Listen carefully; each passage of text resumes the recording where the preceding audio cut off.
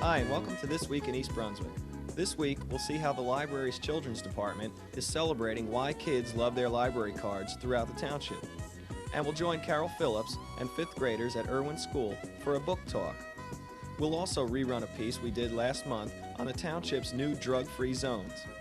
On our regular features, David Tepp offers his comments on the Constitution. Peggy Ballister-Howells introduces several exotic flowering plants from the Cook College Floral Greenhouse, and Adrian Eisner discusses the dangers of steroids on Consumer Aware. We'll wrap up with our weekly Township Council review, but first, here's a look at what's on Channel 8 next week. Monday at 10 a.m., Lenore Kulik investigates the use of aspirin in preventing heart attacks with her guest, Dr. Benjamin Levine, on Look Great, Feel Great. At 10:30 Monday morning, it's Stories for the Preschoolers on Stories from the Library. April's edition of Eye on the Library begins at 7 Tuesday night. At 7:30, it's Sports Talk with host John Megliaro. Dr. Joseph Sweeney hosts Spotlight on Education at 7:30 Wednesday night. This month's focus is on effective schools. At 8 p.m., Stuart Davis looks into teens under pressure on 18 Growing Up in East Brunswick. At 7 and 8 p.m. Thursday night, we'll be back with an all-new edition of This Week in East Brunswick. And at 8:30, Mayor William Fox discusses the redevelopment of Route 18 on About East Brunswick with the mayor. And be sure to check the Channel 8 program guide for repeats of all the shows just mentioned. You may have noticed a few new signs near the high school on Cranberry Road and Dunham's Corner Road denoting a drug-free school zone and wondered what they were all about. Today we'll look at these new zones and at the wider topic of drug policy in our schools with Detective Captain Ron Shorp of the East Brunswick Police Department and Joanne Magistro, East Brunswick Assistant Superintendent for Student Activities and Services in the school system. First, some background from Captain Shorp. Last year, in response to Governor Kane's call for a drug-free New Jersey, the state legislature introduced and unanimously adopted the Comprehensive Drug Reform Act of 1987, which went into effect July of last year. Now, in addition to mandatory stiff prison sentences and mandatory cash fines, many new offenses were created as a result of this legislation. One of these new offenses is the establishment of a drug-free zone around all schools within the state of New Jersey. This new offense thus creates a drug-free zone extending 1,000 feet in all directions from the outermost boundaries of our schools. Now, these outer perimeters of our 18 public, private, and parochial schools will be identified by warning signs, such as the one posted here on the westbound side of Cranberry Road just before the East Brunswick High School. Maps indicating the outermost boundaries have been prepared by the Township Engineering Department, and they are available for examination at police headquarters. It's also interesting to note that at present we have not yet posted all zones within the township. However, the absence of a sign does not mean that this particular offense is not possible to commit. In other words, the sign doesn't have to be posted. As previously stated, the 1,000-foot perimeter is from the outermost property line.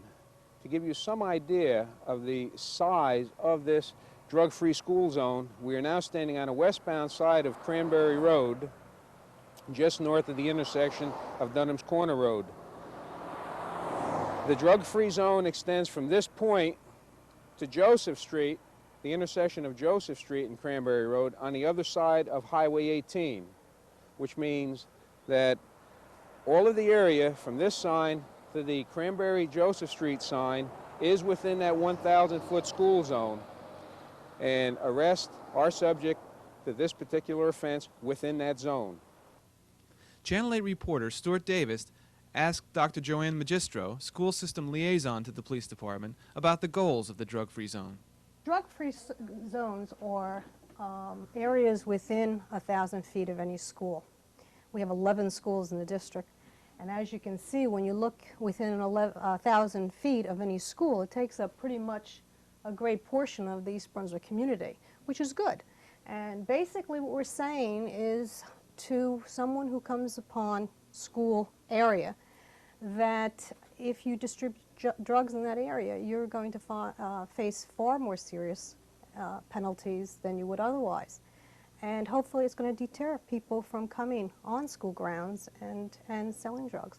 So we feel very good about the fact that so much of our community is protected by the drug-free zones, and hope that it will tell people and give a message out there that we mean business, and that certainly if you're going to come on school grounds and be involved in that kind of activity, that we're not going to allow it, or we're certainly going to be stiffer in terms of the penalties that are involved in doing something like that. Could you tell me a little bit about what the relationship is between the schools and the police in this drug-free zone program? The East Brunswick Police Department and the East Brunswick Public Schools have joined in an effort and have developed a cooperative plan in addressing the new drug law. And part of that plan is training, in that the police have been in our schools and they have trained our school nurses and our administration in terms of aspects of drug abuse and symptoms and that kind of thing. We have an exchange of information with the police, so there's constant support back and forth in terms of the goals that we're trying to address. There also is more visibility of police enforcement in the schools and around school grounds, hopefully a deterrent. But on the other hand, trying to give an image that the police officer is here to help and is concerned about students and is trying to get a view of being a positive member of our total community and with our students. Right, now this being passed down from the state, is this an indication that we're seeing more drugs or just we're getting wiser to them? Well, I think that for quite a while there's been a concern about drugs in the schools. However, we have to realize that drugs in the school is a manifestation of drugs in the community. And what place do you have more of a captivated audience that with students, both in selling and in educating? So negatively, we certainly don't want to have people coming into our school and finding it a place to distribute drugs. But on a positive note, this is certainly an area where we want to have a prevention program, where we want to have places where kids can get help who are involved. These zones will be heavily patrolled by plainclothes officers and uniformed officers. And anyone caught possessing drugs with intent to distribute or distributing will face a minimum additional 3-year prison sentence in addition to heavy cash fine. Now, I must emphasize that this is in addition to the sentence that would be imposed for the actual distribution of drugs. Now, a number of provisions contained in this act are specially designed to influence students' perceptions as to the legal consequences of drug use. The legislation provides that juveniles adjudicated delinquent, even for minor possession charges, are to be required to pay a penalty of $500.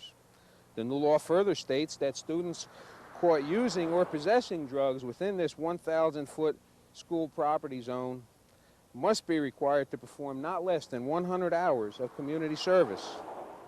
Most importantly, to our young people, we find that the provision concerning a driver's license revocation would be most effective. In the event that a student is under 17 years of age when caught in possession of drugs, that student would not be able to obtain a New Jersey driver's license for 6 months after his 17th birthday. Spotting a substance abuse problem can be difficult. Dr. Magistro explains the practical aspects of the school's drug policy.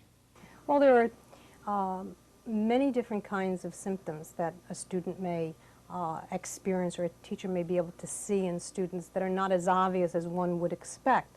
For instance, declining grades, depression, perhaps a change of personality. These are things that a classroom teacher may be able to see and identify and bring to the attention of what we call in our district a Student Services Council, which are members of the administrative staff, guidance counselors, nurses, teachers. And if you have observed behavior that you think is unusual behavior for a particular student, and it's brought before the council and it's discussed, there's also ways in which we meet with the student, the parent, and so forth, and try to address what the problem is with the student. It may not be drugs, it may be a home personal problem. And through that vehicle, we try to address and help students to channel in the right direction. And if it is a drug problem, part of our policy states that we send the students out for a drug medical exam, and that would be recommended either by an individual staff member of the Student Services Council, or court team as we call it, or the administration. So what happens if a teacher suspects a student? Has that? If a teacher suspects a student, the law is very clear about that. There is not a confidentiality in a school. The principal of the school must be notified, and then the core group or the Student Services Council, which is a group of people, get together and address the issue. If it's, of course, we're talking about something that's not an emergency. Obviously, in emergency kinds of things, we work on a quite different, quicker aspect. But in terms of identifying or suspecting abuse, we try to get as many people involved as we can to identify the problem, be sure that parents are involved and what have you. There are many more aspects to the new drug law. If you have questions, please call Detective Captain Ron Shorp at 390-6930. This spring, the library's Children's Department has been very actively encouraging children to read and to obtain their own library cards. Last month, Children's Department Director Carol Phillips described an essay contest during an awards ceremony at the library. First of all, let me say though, in 1986, United States Secretary of Education William J. Bennett issued a challenge in his book, First Lessons, a Report on Elementary Education in America. And the challenge that he issued to the whole country was that we see that every child has a public library card and uses it. Now, the American Library Association, in conjunction with the National Commission on Libraries and Information Science, have launched a campaign to do just that, to see that every child has a library card. And along with that, for those that have library cards already, we felt it was a real good idea to find out why the children that have library cards like them and why they use them. Now, we all don't have to be convinced as to the value of reading. You all have library cards, you use them already. You know that reading is essential to help you learn things, and just to succeed in almost anything, you have to be able to read.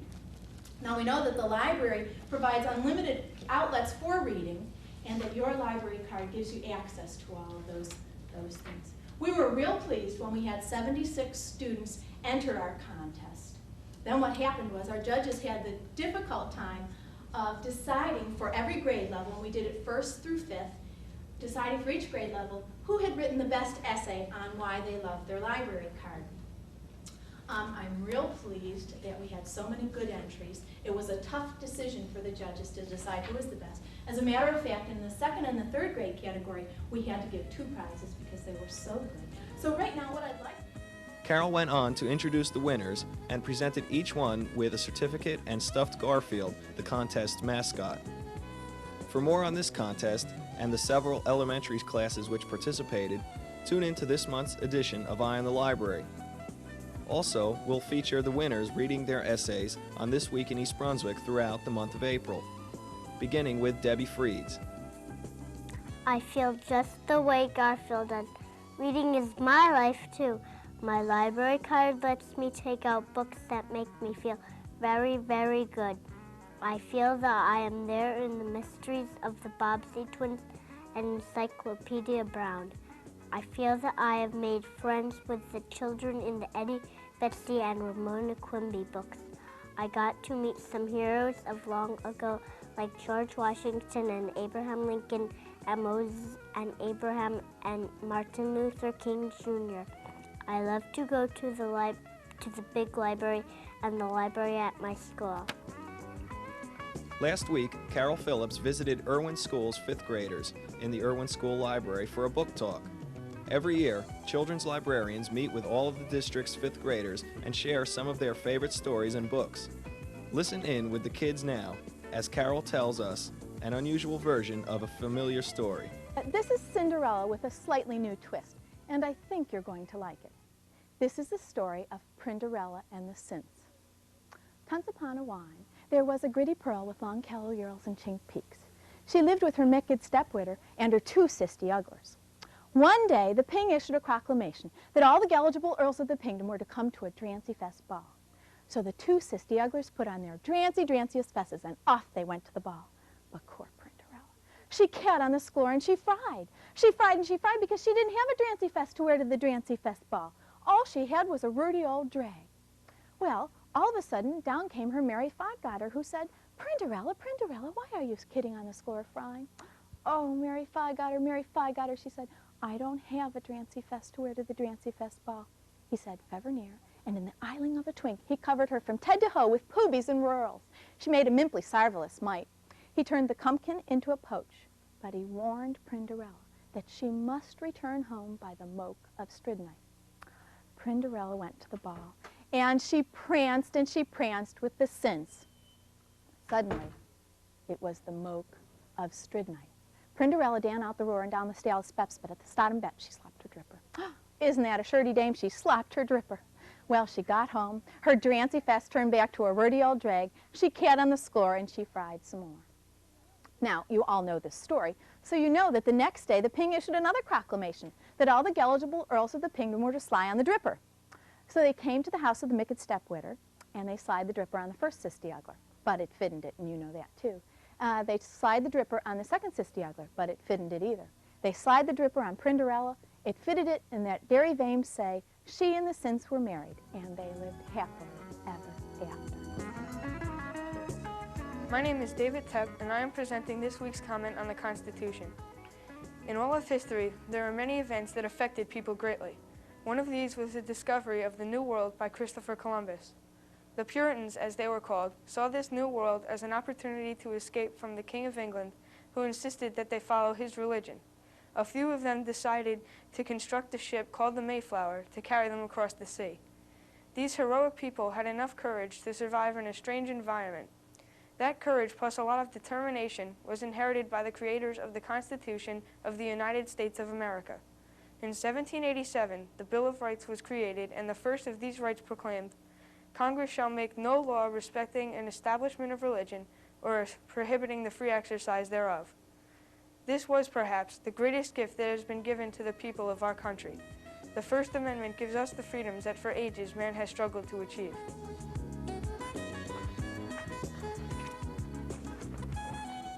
Well, George, I think you've outdone yourself this time. These are some really bizarre-looking plants.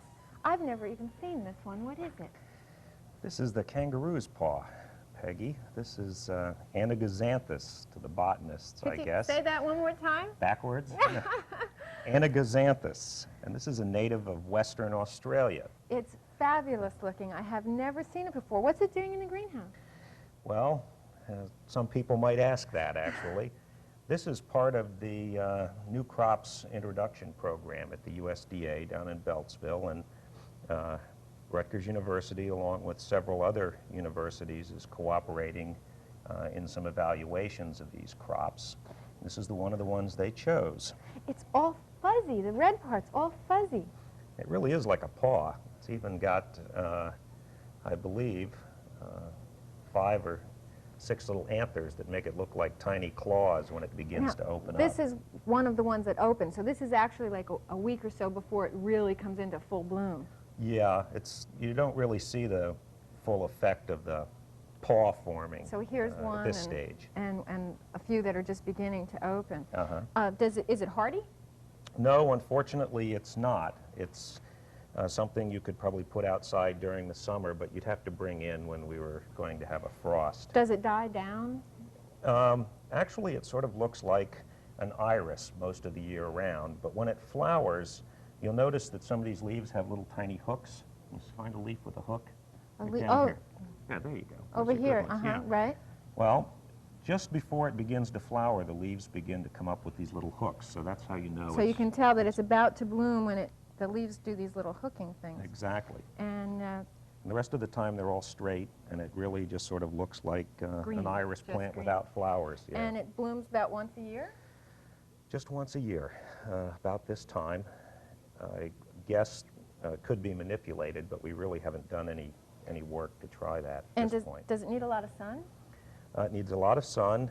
It also requires quite a bit of water for a plant that you would think was There's a used lot to in drier there. locations. There's a lot of plants in the pot, too. That might have something to do with it. There's quite a few. Do you think that this is going to be available to the public anytime soon? Well, there are dwarf varieties. I'm sure they will make selections that are more compatible with small containers than this specimen This is here. sort of monstrous. And the blooms are, as we talked about the freesias last week, the blooms that will open up continuously. As the older ones open, then the younger ones will. So I imagine the blooms will last a pretty long time. That's right. Plus we have some that are opening up here, and some that are still just coming out of the leaves way down here. So it'll probably last a long time. I'm really curious to see what it'll look like when it's in full bloom. I'll have to come back and visit again in a week or so. Well, maybe we can let you have one to observe. To take home at and home. observe at home? For That's research great. purposes. Of course. And this beauty is spectacular also. A little more common, I think, but still. Well, I'm sure most people have seen at least the flower portions of this in their florist. This is the anthurium, and these are produced chiefly in Hawaii, although many of the major breeding programs are located in Europe today. There are a lot of hybridizers. Well, they do a lot of research on flowers in Europe in general anyway, isn't that true? That's true. That's absolutely true. I know that because of the heart-shaped flower, that it's used more and more by florists as a substitute for roses, especially around Valentine's Day because it's a little bit romantic. And I've seen them in white and pink and I guess most popularly red, correct? Yeah, there are varieties that would be much deeper red than this one, which is really sort of a pink. There are whites, and there are almost pastel shades now. Are these hard to grow? Well, they're probably not something you'd want to grow in your home. No? That's too bad. You could grow it in your home. Even the Pegi. leaves are heart-shaped, which is nice. No, it's an attractive plant. This one was started from seed. It does very well in our greenhouses here, but I think it might be somewhat difficult for the homeowner. The flower has a very waxy quality to it, though. Yes. It's quite long-lived, I would think. Yes, and it's quite long-lived as a cut flower as well. So that's one thing that makes it popular with the florists. They can be shipped great distances, and they store pretty well. So both of these really have potential. Both of these plants have potential for being seen more and more popularly out by the public, right? I mean, we haven't seen too many of the plants. The flowers are becoming more popular. This one's really odd. I think the trend is toward more exotic plant material. And this one can't be planted outside either, right? No, unfortunately not. Oh, well. Well, maybe somebody will send me a bouquet of these heart-shaped anthurium flowers with a little luck. Okay, thanks. We'll see you here next week.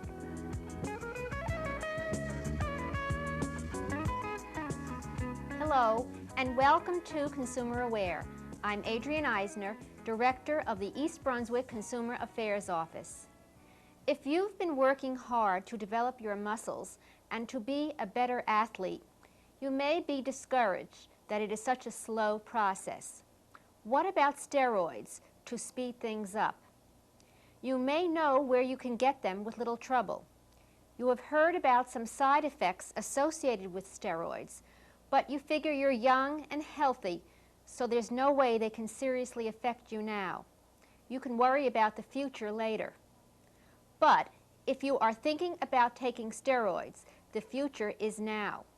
Steroids can cause many long-term side effects, as well as a number of immediate consequences. Don't take chances. You can find out more in a free brochure published by the United States Food and Drug Administration. The publication is called Anabolic Steroids, Losing at Winning. For your free copy, send your name and address to Department 533T, Consumer Information Center, Pueblo, Colorado, 81009. Anabolic steroids are a synthetic version of the male hormone testosterone. More than 30 years ago, after Russian and Eastern European athletes dominated some international sporting events, officials discovered that the athletes had taken large amounts of testosterone. Normal amounts of testosterone do many things in the body, including stimulating the development of bone, muscle, skin, and hair. If you get too much testosterone, your body can react in different ways. It may shut down skeletal growth mechanisms, resulting in stunted growth in children, or it can lead to serious health conditions, including cancer, heart disease, sterility, and death. Since women produce very little of the hormone, they may take on masculine characteristics when they use steroids, including male pattern baldness. Some of those traits may never return to normal. Anabolic steroids are rarely prescribed by doctors. They are used for certain types of cancer treatment and for some rare conditions. Because of the rarity of prescriptions, a black market has sprung up to supply athletes and bodybuilders. The black market steroids often come from underground laboratories or foreign countries. Athletes and sports officials agree that you should completely avoid the use of steroids. The only safe way to build up your muscle is through hard work and training. If you do this without the use of steroids, you can be sure of a healthy body now and in the future. If you have any further questions or any consumer problems, please be sure to call us at the East Brunswick Consumer Affairs Office. Our hours are from 9 to 5. We are located in the East Brunswick Municipal Building. The telephone number is 390-6954. Call us for any consumer problems. Thank you for joining me on Consumer Aware. See you again next time. The Township Council this past Monday postponed voting on an amendment to the 1988 budget in favor of hearing further information on legislation that would provide aid to municipalities in order to offset rising garbage disposal costs. The proposed legislation essentially would provide funds for the township, thus allowing the council to eliminate any increase in property tax for this year. The original amendment, tabled by members of the council, would have provided for a decrease in the estimated 5.3% property tax levy to a smaller increase of 2.9 cents per $100. The council is instead hoping to alleviate any property tax for residents by taking advantage of one of two plans sponsored by either Senator John Russo or Assemblyman Chuck Hardwick. The council also heard proposals for the Priority Senior Citizens Apartment Complex. The options, though viable, were not without drawbacks. The ideal situation requires the purchase of a parcel of land, which the owner is refusing to make available. The township plans to continue negotiations with the owner before taking legal actions or implementing several other alternatives.